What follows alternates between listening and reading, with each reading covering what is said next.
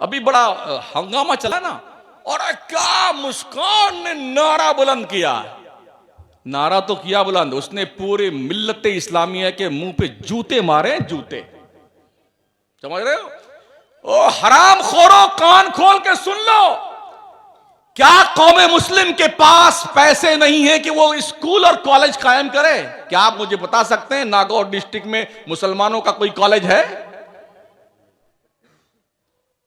कभी खाजा की देग भरने पहुंच जाए गजमेर में, 200 किलो काजू, 200 किलो बादाम, 200 किलो वो हराम मेवा, वो देग बनी ना अभी, हाँ उस पे आया वार्ड, उस पे क्या नाम है, यूट्यूब पे 200 किलो। अरे बंद कर दो ये बकवासें। उस कौम की बच्ची ने ये थप्पड़ मारा कौम के उन दौलतमंदों पर, उनके चेहरों पर जूते लगाए हैं। अपने बच्चियों और बहनों की फिक्र करना है तो अपने बच्चियों और बहनों के पढ़ने के लिए कॉलेज बनाइए, कॉलेज यूनिवर्सिटी बनाइए। और सिर्फ इतने का नाम है उस तारीख में, उतने बजे जितने बजे उस बुजुर्ग का इंतकाल हुआ है, उसकी फातिहा लगा दो। इसी का नाम उर्स है। बकिया धंधा है, बिजनेस है, मुजावरों की तोड़ भरना है, इनकी बिल्डिंगें बनाना है। ये पैसे रोक करके, फातिहा के पैसे रोक करके, खुराफात के पैसे रोक करके अपनी कौम की बच्चियों के लिए कॉलेज बनाइए। आप सोच रहे सिर्फ कर्नाटक में ऐसा हुआ है? जयपुर में बच्चियों को इंटरेस्ट नहीं हुआ है। स्कूल से बच्चियों को निकाल दिया गया है, मुसलमान बच्चियों को, जो बच्चियां सर पे हिजाब रख करके आई थी। हमारे मकराने में कुछ स्कूलों में ऐसा हुआ है। लोग खुश हैं। अरे हुकूमत के आदेश के अनुसार कर्नाटक हाई कोर्ट ने सुनवाई तो कर ली है, फैसला महफूज रखा है। जैसे बाबरी मस्जिद का फैसला महफूज रखा था ना, ऐसे भी रखा हुआ है। 3 तलाक का फैसला महफूज रखा था, फिर वो भांडा फोड़ दिया मर्दूदों ने। ऐसे ही फैसला महफूज रखा है ताकि वक्त आने पर यह भांडा फोड़ दिया जाए कि कोई मुस्लिम लड़की कॉलेज में हिजाब लगा के नहीं आ सकती है। उस कानून की पालना करनी पड़ेगी। जो स्कूल का ड्रेस कोड है उस पर चलना पड़ेगा। तो अब ये सोच लीजिए कि आने वाला दिन आपकी कौम के लिए कितना बुरा है, ये सोच लीजिए आप। और मैं उन बदमाशों से, उन लौंडों से, मुस्लिम कौम के उन जवानों से मुखातब हूं जिनकी जवानियों के दिन और रातें गली कूचे में आवारा कुत्तों की तरह गुजरती रहती हैं। बंद कर लो ये बकवास, सुधार लो अपने आप को। अभी वक्त है, वक्त है। वरना सीरिया, लीबिया, इराक, अफगानिस्तान की वो जलती हुई लाशें, डूबते हुए बच्चे, तबाहो बर्बाद होती हुई माओ बहनों की इज्जतो आबरू, ये हिस्ट्री पढ़ लेना।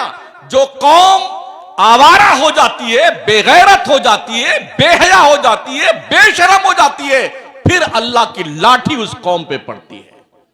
शुक्र मनाओ कि किस बुनियाद पर अब तक बचे हुए हो। किस बुनियाद पर? मदरसों की तरफ कोई ध्यान नहीं, मस्जिदों की तरफ कोई ध्यान नहीं, मुआशरे को अच्छे और पाकीज़ा माहौल में तब्दील करने का कोई तस्वुर नहीं। कोई हमारे पास प्लानिंग नहीं है कि हम कैसे अपने मुल्क में अपनी जिंदगी को बेहतर बना सकते हैं, अपने आने वाली नस्लों को कैसे उनका मुस्तकबिल हम महफूज कर सकते हैं और रोशन बना सकते हैं। ताबना कोई हमारे पास प्रोग्राम नहीं है और ना हमारे पास कोई ऐसी सोच है। जैसे कीड़े मकोड़े पैदा हो जाते हैं, कहीं इधर पड़े मर गए, कहीं उस गली कूचे मर गए, कहीं उधर जा रहे हैं, आवारागर्दी। ये हमारी कौम का हाल है। और सिर्फ ये आपके नागौर का नहीं है, पूरे मुल्क के मुसलमानों का है। एक कॉलेज मुसलमानों के पास नहीं है पूरे नागौर में। यूनिवर्सिटी छोड़िए आप, राजस्थान भर में 2-4 कॉलेज होंगे मुसलमानों के, यूनिवर्सिटी तो है ही नहीं कहीं भी। क्या करेंगे आप? इल्म का दौर है, इल्म का, क्वालिफिकेशन का दौर है, पढ़ाई का दौर है, ज्ञान का दौर है, रिसर्च का दौर है। और हम ओहो पूछो मत, धोनी रमाए बैठे हुए। कभी पहुंच जाएंगे सुपी साहब दरबार में, वहां गप्पे लड़ाएंगे बैठ करके। मंगतों की एक लंबी फोर्स हमारे पास में। जिस गली कूचे में देखिए एक एक डब्बे पे एक एक फकीर को बिठाए हुए घूम रहा है फजर की अजान के वक्त, और हदीसें बयान करता है इसी को देना वाजिब है, इसी फकीर को देना फर्ज है, इसी पर खर्च कीजिए, अल्लाह के रसूल ने फरमाया है। अपने घरों से निकल के इसकी हालत देखें तो हमारी माएं बहुत जल्दी घर से निकलती बहन, और जल्दी को जो अभी वो मांग दूर निकल जाएगा, जल्दी को जल्दी दे दो। उनको ये भी तौफीक नहीं होती ये मांगने वाला कौन है, ये तो जान लें। ज़कात, फितरा, खैरात सब दे दो, अल्लाह वाला ले जाइए ले जाइए। सिस्टम बनाइए सिस्टम। ये तकरीर का वक्त नहीं जो मैं चिल्ला रहा हूं, ठीक है ना। मुझे तो बहरहाल आया हूं, ट्रेन तो मुझे मिलेगी नहीं जो हमारी जिसमें हमारा टिकट बना हुआ है, उसके बाद वाली ट्रेन जो मिल जाए उससे जाएंगे। तो थोड़ा आप समात फरमा लें। पूरे राजस्थान में नहीं, पूरे हिंदुस्तान में हम इस तरह की तकरीर करने के लिए बदनाम हैं। बहुत सारे मौलवियों के चेहरे का रंग बदल जाता है जब मैं स्टेज पहुंचता हूं, इसलिए कि मैं वहीं पर हाथ रखता हूं जहां पर जख्म होता है। खाम खा एंटीबायोटिक दवा दे दे करके गुर्दा फेल करने की मेरी आदत नहीं है दर्द। हाँ, जो मर्ज है, अगर यहां मर्ज है टेबलेट से ठीक हो तो ठीक है, वरना इसको यहीं से काट दो ताकि ये नासूर न बन जाए। तो लोगों का हाजमा खराब हो जाता है बेटों का। कुछ तो स्टेज छोड़ के भाग जाते हैं और कुछ तो अरे क्यों बुलाते हो शमसुद्दीन को, तुम्हारी कब्र खोदने को बुलाते हैं शमसुद्दीन को। जिस दिन ये मौलवी सुधर गया ना, मौलवी सिर्फ 10% से 15% मौलवी ठीक है, माफ कीजिएगा सर, इसी बिरादरी का मैं भी आदमी हूं। 10 से 15% तक मौलवी काम करता और ठीक मौलवी है। 80% मौलवियों का हाल इतना खराब है कि पूछो मत साहब, कुछ लेना देना नहीं। ये हमारी डुगडुगी है, ये हमारी दुकान है, ये तुम्हारी दुकान है, बस इसी में अपना बाजा बजाते रहो रात भर और दिन भर बैठे हुए। हमारी यूनिटी क्यों नहीं है? हमारा अकीदा एक है, मसलक एक है, मशरब एक है, मंजिल एक है, रास्ता एक है। हम एक क्यों नहीं है बना में सुन्नी? क्यों एक नहीं? अपने अपने पीर की डुगडुगी बजाए हुए पीर साहब।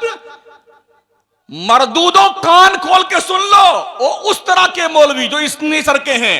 अल्लाह ने हमें दीन की तबलीग के लिए पैदा किया है, पीर की तबलीग के लिए नहीं पैदा किया है।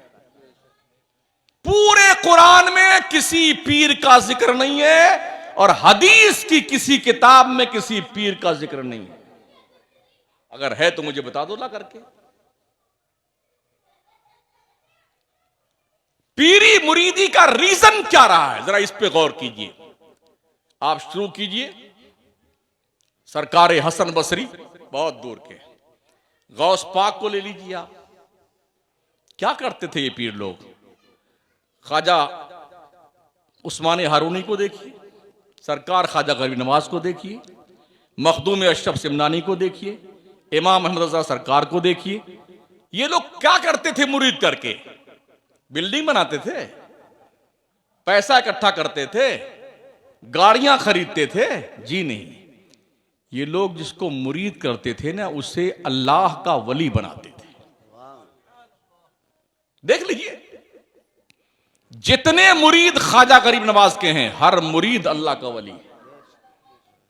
चाहे बख्तियार काकी के मुरीद हों, साबिर अलाउद्दीन के मुरीद हों, सारे मुरीद अल्लाह के वली। इमाम अहमद रजा के सारे मुरीद अल्लाह के वली, मखदूम सिमना के सारे मुरीद अल्लाह के। क्यों?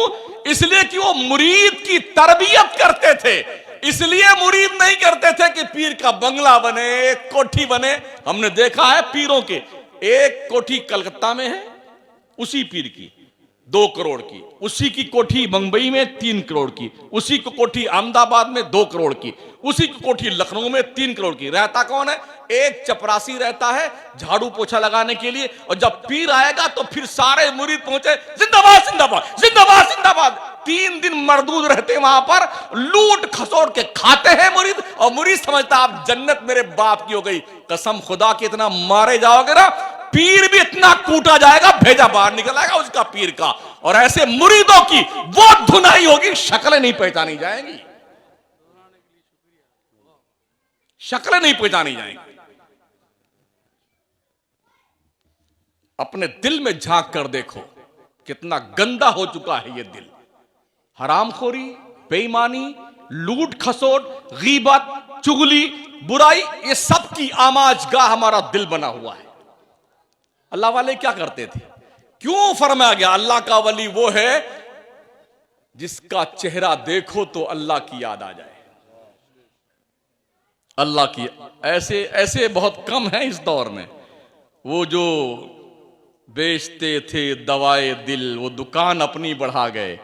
जो जन्नत बेचते थे ना बहलोल दाना, वो अपनी कब्र में गए।